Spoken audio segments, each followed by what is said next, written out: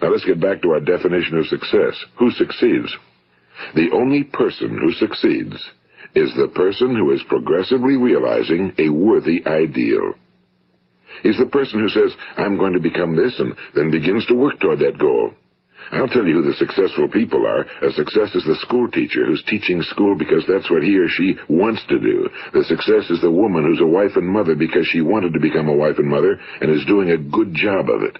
The success is the man who runs the corner gas station because that was his dream. That's what he wanted to do. The success is the successful salesman who wants to become a top-notch salesman and grow and build with his organization. A success is anyone who is doing deliberately a predetermined job because that's what he decided to do deliberately. But only 1 out of 20 does that. That's why today there isn't really any competition unless we make it for ourselves. Instead of competing, all we have to do is create.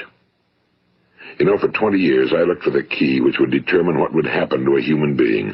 Was there a key I wanted to know which would make the future a promise that we could foretell to a large extent?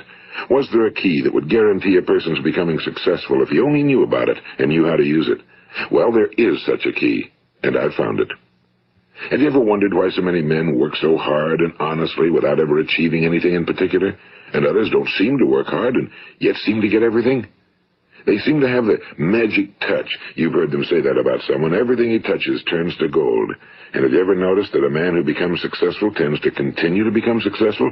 And on the other hand, have you noticed how a man who's a failure tends to continue to fail? Well, it's because of goals. Some of us have goals, some don't. People with goals succeed because they know where they're going. It's that simple. Think of a ship leaving a harbor, and think of it with the complete voyage mapped out and planned. The captain and crew know exactly where it's going and how long it'll take. It has a definite goal.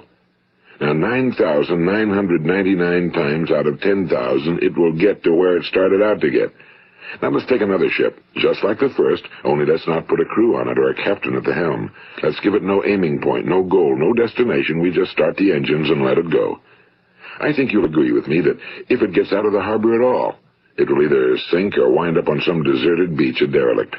It can't go anyplace because it has no destination and no guidance, and it's the same with a human